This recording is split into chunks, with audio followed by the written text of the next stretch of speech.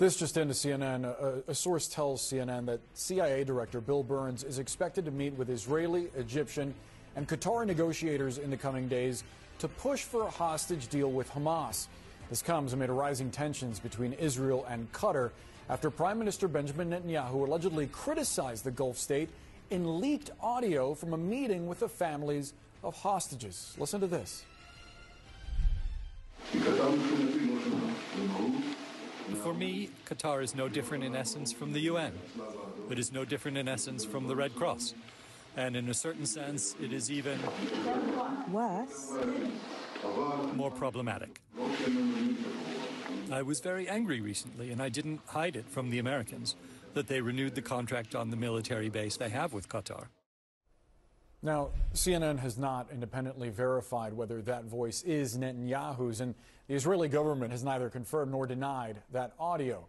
The Qatari foreign minister, though, was quick to condemn those comments, saying, quote, "These remarks, if validated, are irresponsible and destructive to the efforts to save innocent lives, but are not surprising."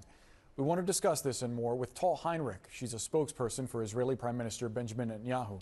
Tal, thank you so much for sharing part of your afternoon with us. Was that Benjamin Netanyahu's voice? Well, it's a leaked audio. Again, I'm not going to confirm this or deny this, Boris, as you just said. We're not commenting on such a report. What about the substance of the criticism? Is there a feeling from the Prime Minister that Qatar is problematic and hindering negotiations to get hostages out? Well, we welcome any kind of efforts to bring to the release of more hostages. Of course, we're working with international mediators. The United States is involved, Qatar is involved, Egypt is also involved.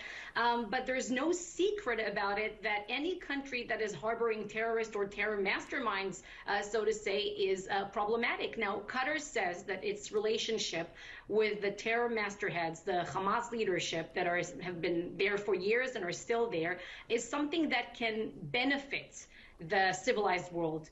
And we say, okay, let's see it. The burden of proof is on them. Boris, you know that there are at least 136 more hostages who are in Gaza right now. Around 100 of them, we believe, are still alive. We want to see all of them returning back to their families.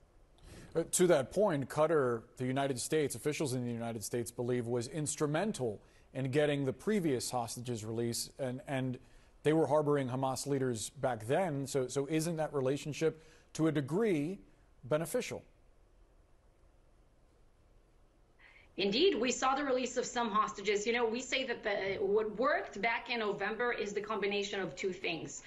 First, the IDF pressure on the ground, the fact that we are exerting a lot of pressure, hitting Hamas hard, is what created the conditions to reach this framework that saw the release of some of the hostages. Hamas terrorists on the ground, they wanted a breather, and we said that would agree to a humanitarian pause in the fighting that will facilitate the release of hostages. We still stand by it. As you know, Hamas were the ones that broke the other framework on day 8, if I'm correct. We are continuing to pursue every possible avenue that would bring the release of more hostages. This is the combination of heavy military pressure, and also we're working diplomatic avenues behind the scenes. I know that there are a lot of reports out there allegedly about offers that are on the table. Not all of them are correct. Most of them are incorrect. But we're not commenting about the nature of these talks because we believe that it's everything is so sensitive right now. We're talking about human lives. So we believe that the more quiet we keep these talks, the better chances of success we have. Understood. I am curious about some of the criticism toward the United States.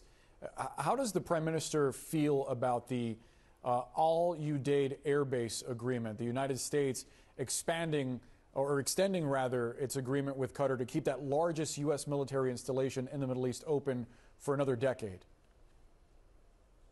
So, as I told you before, Boris, I cannot comment specifically about this leaked audio, but what I will tell you is that Yeah, we're in constant communication with Washington. There's not much daylight between Jerusalem and Washington, as some media headlines sometimes try to portray it, because at the end of the day, we all want the same things. We want to see the end to this war with Hamas surrendering, with all hostages returning to their home. We want to see the elimination of Hamas. Sure. And as we do this, we also want to see minimize civilian casualties in Gaza. Now, we don't have to agree on everything with partners. The United States is our best friends. We consult, we take advice, we share concerns. I want to ask you about one specific place where I think there is pretty public daylight, but I just want to go back to the substance. Aside from the audio, whether Netanyahu said that in private or not, does he feel disappointed that the United States extended this agreement with Qatar to keep that base open? Well, you keep asking me that same question, Boris. I told you what I can at this point. I'm just curious about how he feels, aside from the audio, just the news that the United States reached this agreement. If the Prime Minister feels something and he wants to tell it to Washington, he has his ways to do so. I'm not going to elaborate on this on air. Sure. He did say recently in public that he's communicated some difficult truths to members of the Biden administration, specifically when it comes to their insistence that Israel and specifically Netanyahu be open to a two-state solution. The Biden administration has maintained that in private conversations, Netanyahu has been open to a two-state solution, but very publicly, the Prime Minister is saying the opposite. Is this a matter of disagreement, or is this just some kind of miscommunication?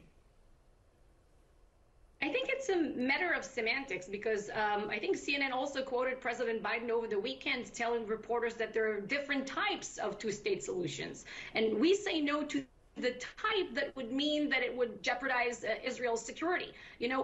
Peace with the Palestinians or full sovereignty to the Palestinians down the road cannot be a collective suicide of the state of Israel.